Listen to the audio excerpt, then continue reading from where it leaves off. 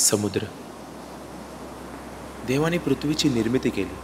पृथ्वीची निर्मिती करताना देवाने तिला एक सुंदर भेट दिली. तो म्हणजे समुद्र. तो काहीच बोलत नाही, पण शांततेत सर्व ऐकतो आणि हवेत थोडं मीठ मिसळवायला तो कधीच विसरत नाही. तुम्ही त्याच्यापासून कितीही दूर गेलात तरी तो लाटांच्या रूपाने परत तुमच्यापर्यंत येतो. जणू सांगतो, मी अजूनही इथेच आहे. समुद्र माणसांच्या भावनांना जिवंत ठेवतो, पण आपल्या अथांग पोटात काहीही साठवून ठेवत नाही.